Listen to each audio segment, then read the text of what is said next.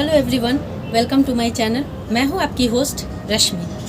आज मैं एक बहुत ही इम्पोर्टेंट लिक्विड टी के बारे में आप लोगों को बताने जा रही हूं, कंपोस्ट टी, जिसको इस विंटर में जिसको आप अगर यूज़ करते हैं तो वो आपके बहुत सारे प्लांट के लिए बहुत अच्छा होता है। जो सीजनल, जिनकी लाइफ शॉर्ट टर्म के लिए होती है, उन प्लांट्स के लिए बहुत अच्छा होता है।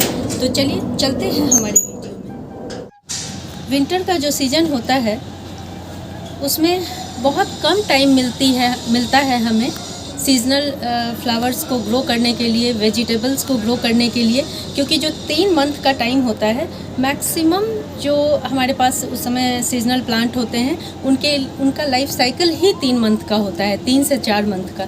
तो उस समय हमें इनको कैसा कंपोस्ट देना है, कैसा फर्टिलाइज़र देना है जिससे कि वो बहुत तेज़ी से ग्रो करें।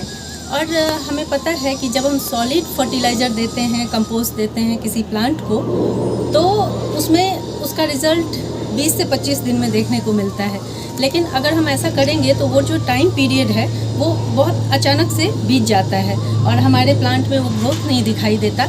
इसके लिए आज बहुत इम्पॉर्टेंट है कि मैं आप लोगों को कंपोस्ट टी के बारे में बताऊं, और इसको अपना करके आप देखेंगे कि कितनी अच्छी ग्रोथ होती है आपके वेजिटेबल और सीजनल फ्लावर प्लांट में। तो उसके लिए जिन चीज़ों की ज़रूरत होती है वो मैं अभी आप लोगों को दिखा रही हूँ। ये देखें, इसके लिए मैंने लिया है ये होममेड किचन वेस्ट से जो कंपोस्ट बनाती हूँ मैं, वो है, और ये बहुत अच्छी तरह से डिकम्पोज्ड है। ये अलग बात है कि मैं इनको अच्छे से छानती नहीं हूँ, इसलिए ये आपको बड़े बड़े टुकड़ों में दिख रहे होंगे, लेकिन ये फुल्ली डिकम्पोज्ड है। तो सबसे पहला जो रूल है इसके लिए वो है कि हमें जो भी कंपोस्ट हम लें, चाहे वो काउडंग हो, चाहे आपका किचन वेस्ट हो, या फिर इस तरह से ये आप यहाँ पे देख रहे हैं वर्मी कंपोस्ट लिया है मैंने, चाहे वो वर्मी कंपोस्ट हो, ये फुल्ली डिकम्पोज्ड होने चाहिए। ये पहला रूल है इसका, इस लिक्विड टी को बनाने के लिए, कंपोस्ट टी को बनाने के लिए। बहुत लोग थोड़ा कंफ्यूज हो जाते हैं, लिक्विड फर्टिलाइज़र और कंपोस्ट टी दोनों में अंतर करना थोड़ा सा मुश्किल हो जाता है, लेकिन ये टोटली दोनों बिल्कुल अलग हैं। देखें, जनरली लिक्विड फर्टिलाइज़र जो होता है वो हम जैसे सरसों की खली का बनाते हैं, या फिर सब्जियों के पील का बनाते हैं, या फिर बनाना पील का बनाते हैं। इन सब के लिक्विड फर्टिलाइज़र में मुझे एक चीज़ की प्रॉब्लम हमेशा फेस करनी पड़ी, जिसकी वजह से आज मैं ये वीडियो आप लोगों के लिए बना रही हूँ। वो है कि जैसे विंटर के टाइम में धूप बहुत कम हो जाती है और इस तरह के जो लिक्विड फर्टिलाइज़र होते हैं वो फुल्ली डिकम्पोज नहीं होते। जैसे एक तो विंटर का टाइम टेम्परेचर कम होता है तो फुल्ली डिकम्पोज होने में बहुत टाइम लग जाता है।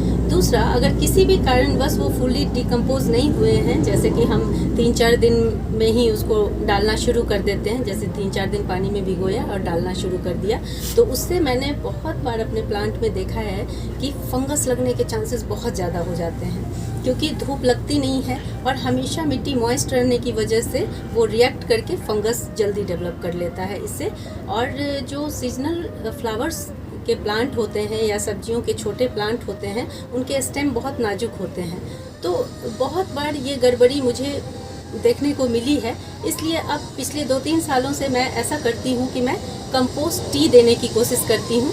चूँकि ये फुल्ली डिकम्पोज हैं, इसलिए इनमें फंगस की कोई प्रॉब्लम नहीं होती, बहुत आराम से चलते हैं। और एक और इम्पॉर्टेंट चीज़ है कि जब हम इस तरह से कंपोस्ट डालते हैं पौधों में, तो काफ़ी टाइम बाद वो उसकी जड़ें, रूट जो होती हैं, उसको एब्जॉर्ब करना शुरू करती हैं। लेकिन जब हम लिक्विड वे में इसे देते हैं तो आपको 3-4 दिन में ही उसका रिज़ल्ट मिलना शुरू हो जाता है। ये ठीक वैसे ही है जैसे हम फूड लेते हैं, जो सॉलिड फूड है, तो वो डाइजेस्ट होने में पूरा एक साइकिल होता है और काफ़ी अच्छा खासा वक्त लग जाता है। लेकिन जब हम कोई हेल्दी ड्रिंक लेते हैं, जब इस तरह का कुछ लिक्विड चीज़ें लेते हैं, तो वो बहुत जल्दी डाइजेस्ट हो जाती हैं। सेम चीज़ें हमारे प्लांट्स में भी होती हैं।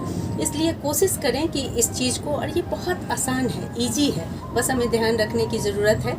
और किन प्लांट्स में इसे नहीं देना है वो भी मैं आप लोगों को अभी बता दूँगी, क्योंकि फिर ऐसा नहीं है कि ये कोई ख़राबी पहुंचाता है, लेकिन ये है कि वो वेस्ट हो जाएंगे, इसलिए इसे नहीं देना है। तो अब देखें, इस कंपोस्ट टी को बनाने के लिए अगर आप लोगों के पास किचन वेस्ट कंपोस्ट ना हो तो आप वर्मी कंपोस्ट और काउडंग कंपोस्ट भी ले सकते हैं, क्योंकि वर्मी कंपोस्ट में आपको सारे माइक्रोन्यूट्रिएंट्स, मैक्रोन्यूट्रिएंट्स और वो सारी चीज़ें मिल जाती हैं। और काउडंग मैन्योर जो होता है उसमें आपको नाइट्रोजन अच्छी खासी मात्रा में मिल जाता है। मतलब सब मिला के ये एक बैलेंस कंपोस्ट टी से बनेगा। तो इसके लिए मैंने यहाँ, आप समझ लें कि मैं ½ kg का बना रही हूँ। 250 ग्राम ये होगा और 250 ग्राम ये होगा। ये काफ़ी है, क्योंकि हमें इसका एक पतला लिक्विड तैयार करना है, देना है। तो इसके लिए हम इसे इसमें डाल देंगे। इतना सिंपल तरीका है, लेकिन जब आप इसका रिज़ल्ट देखेंगे तो बहुत ही अच्छा रिज़ल्ट होता है। इसे अच्छे से हमें हिला लेना है और 48 आवर्स के लिए इसको हमें छोड़ देना है। और उस 48 आवर्स में जितनी बार हमें टाइम मिले इसे हिला लेना है, ताकि इसमें एरेशन हो जाए और इसमें जो भी माइक्रोबियल एक्टिविटी है वो तेज़ हो जाए और इसके सारे न्यूट्रिएंट्स जो हैं इसमें पानी में घुल मिल जाने चाहिए। इसका मकसद यही है। 48 आवर्स के बाद आप इसे आराम से यूज़ कर सकते हैं।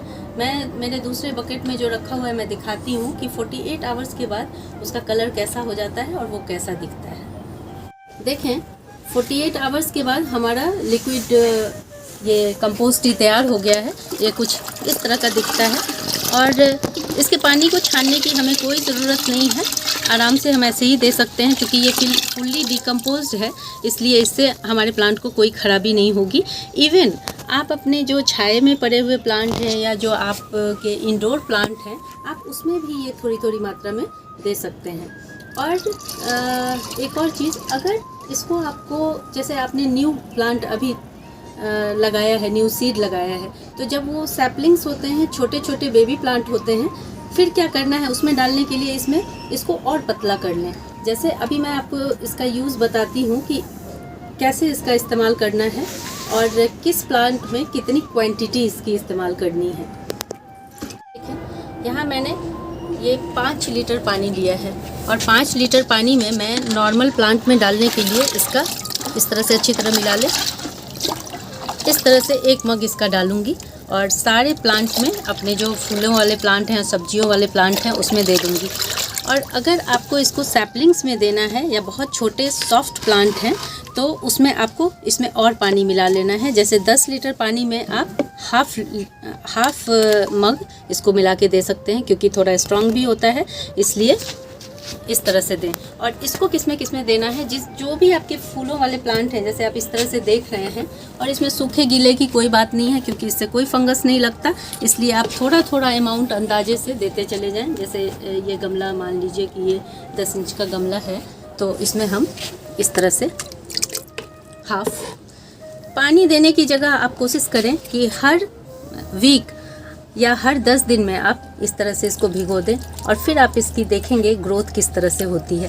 पानी ना डालें इसमें। जैसे आजकल विंटर का टाइम है, तो पानी की जगह मैं रिकमेंड करूँगी आप लोगों को कि इस तरह का आप कंपोस्ट टी बना करके डालें और पूरे विंटर इसका इस्तेमाल करें।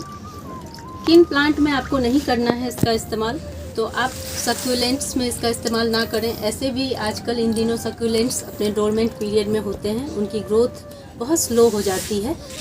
जैसे एलोवेरा है, एलोवेरा भी सक्यूलेंट में आता है। तो आप उस तरह के फ्लैशी वाले कुछ सॉफ्ट प्लांट्स में इसका इस्तेमाल ना करें। और ये मैंने गुलदाउदी आप लोगों को दिखाने के लिए रखी है। जैसे इस समय जो गुलदाउदी का सीज़न है, सबसे पहले गुलदाउदी ही खिलना शुरू होते हैं और खिल के देखें ये ब्लूम कर चुके हैं, पूरा ब्लूम हो चुका है। अब इसमें इस तरह के जो भी कंपोस्ट टी ऐड करने का कोई फ़ायदा नहीं है, वेस्ट हो जाएगा वो आपका कंपोस्ट टी, तो इसमें ना डालें। और जो भी आपके परमानेंट प्लांट हैं, जैसे मान लें ये फ्लावरिंग कर रहा है हिबिस्कस, तो आप इसमें डाल सकते हैं। हर 10 दिन पे ये फ्लावरिंग करता रहेगा। लेकिन जो भी परमानेंट प्लांट और भी बहुत सारे हमारे पास होते हैं जो अपने लीव्स फुल्ली गिरा देते हैं, उसमें इनका इस्तेमाल ना करें। इससे कोई ख़राबी नहीं है, लेकिन वेस्ट है, ये वेस्ट हो जाएगा। इसलिए गमलों में हमें जो भी इस तरह के प्लांट हैं उनमें ये नहीं देना है। आपके अगर ज़मीन में लगे हुए कुछ प्लांट हैं उसमें दे दें, कोई दिक्कत नहीं है, लेकिन गमलों में लगे हुए प्लांट में अवॉइड करें। ठीक है, ये हमारा जो चाइना ऑरेंज का प्लांट है, इसमें पूरी तरह फ्रूटिंग हो चुकी है। तो इस तरह के जो प्लांट हैं उसमें उस फर्टिलाइज़र देने का कोई मतलब ही नहीं है, क्योंकि ऑलरेडी फ्रूट बन चुके हैं। इनका नेक्स्ट सीज़न जब स्टार्ट होगा तब बेशक हम इसमें दें तो कुछ फ़ायदा भी करेगा, अदरवाइज़ ये आपका जो लिक्विड टी है वो बेकार हो जाएगा, इसलिए इसमें ना करें। और गमले में देने से इसलिए भी मना करती हूँ क्योंकि नीचे से जो लीचिंग होती है उसमें सारा वेस्ट हो जाता है उन प्लांट्स को जिसमें अभी कोई ग्रोथ ही नहीं दिखाई दे रही है, तो उस प्लांट में अवॉइड करें। और एक और फ्रूट प्लांट मैं आपको दिखा देती हूँ। जब फ्रूट आपका बड़ा होने लगता है, जैसे आप यहाँ पे देखें, ये स्टार फ्रूट का मेरा प्लांट है और आप देखें इसमें छोटे छोटे स्टार फ्रूट लगे हुए हैं।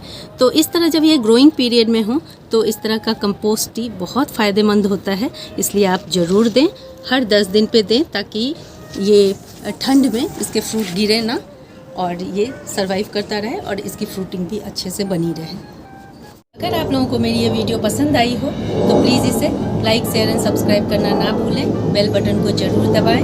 Leave nature, love nature. Thank you.